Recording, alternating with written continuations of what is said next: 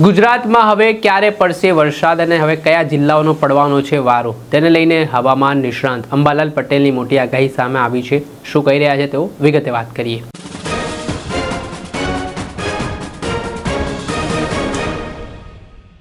દર્શક મિત્રો, સ્કાયનેટ મીડિયામાં આપનું સ્વાગત છે। વાત કરીએ તો હાલ ગુજરાતમાં ચોમાસાની સિઝન છે। 3 રાઉન્ડ પડી ચૂક્યા છે અને ખાસ કરીને મધ્ય ગુજરાત અને દક્ષિણ ગુજરાતનો વારો પડી ચૂક્યો છે। સૌરાષ્ટ્રમાં અત્યારે સિઝનનો જો વરસાદ જોઈએ તે પ્રકારનો વરસાદ પડ્યો નથી ને હવે 8 તારીખથી વરસાદનો એક નવો રાઉન્ડ આવી રહ્યો છે, જે સૌરાષ્ટ્રના જિલ્લાઓને ગમરોડવાનો હોય તે પ્રકારની માહિતી હવામાન નિષ્ણાંત અંબાલાલ પટેલ દ્વારા આપવામાં આવી રહી છે। આ સંદર્ભમાં તેઓ દ્વારા અલગ અલગ જિલ્લાઓ દર્શાવવામાં આવ્યા છે।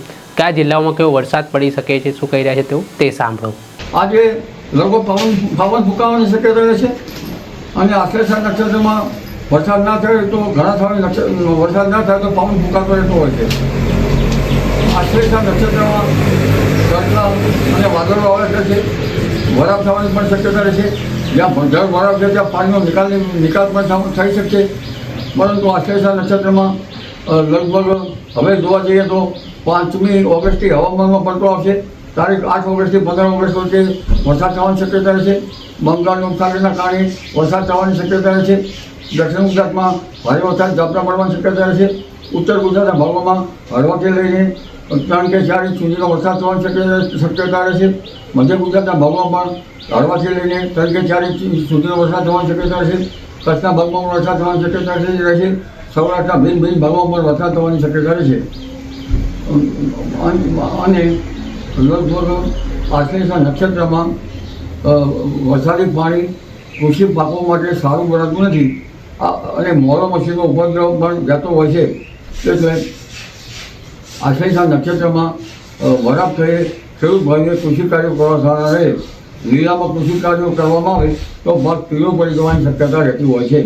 ત્યારબાદ 17 ઓગસ્ટ બાદ મઘા નક્ષત્રમાં સૂર્ય આવશે। આ નક્ષત્રનું પાણી સારું ગણાય છે, એટલે પરંતુ મઘામાં માખીનો ઉપદ્રવ થતો હોય છે। ત્યારબાદ પૂર્વ ભાગમાં ડાસ પડતા હોય છે, એટલે ચોમાસું એ જીવોની ઉત્પત્તિનો સમય છે, પરંતુ આશ્લેષા નક્ષત્ર પછી જીવોની ઉત્પત્તિનો સમય વધારે રહેતો હોય છે। આશ્લેષા નક્ષત્રમાં સર્પનો ઉપદ્રવ પણ ત્યાં ક્ષેત્રમાં જોવા મળતો હોય છે, તો ખેડૂત ભાઈએ ખેતી કાર્યો કરતાં સાવચેતી રાખવી એ રહે છે। એટલે હવે ધીરે ધીરે આશ્લેષા નક્ષત્રનું પાણી જોરાવર હોય છે, મોટા ભોરાનું હોય છે, જે ભેજદારી હોય છે, જે ભાલ જેવા ભાગોમાં પણ જમીનમાં ભેજ ટકી રહે છે। એટલે બીજભેદ ઘઉંમાં પણ આ નક્ષત્રનું પાણી ટકી રહે તેવું હોય છે।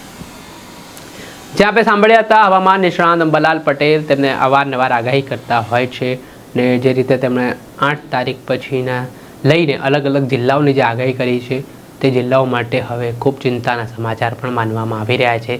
ત્યાં મેઘરાજા આ વિસ્તારોને ગમરોડવા જઈ રહ્યા હોય તે પ્રકારની માહિતી પણ મળતી દેખાઈ રહી છે। જોવાનું રહ્યું કે કેવો વરસાદ હવે ગુજરાતમાં ફરી એકવાર પડે છે।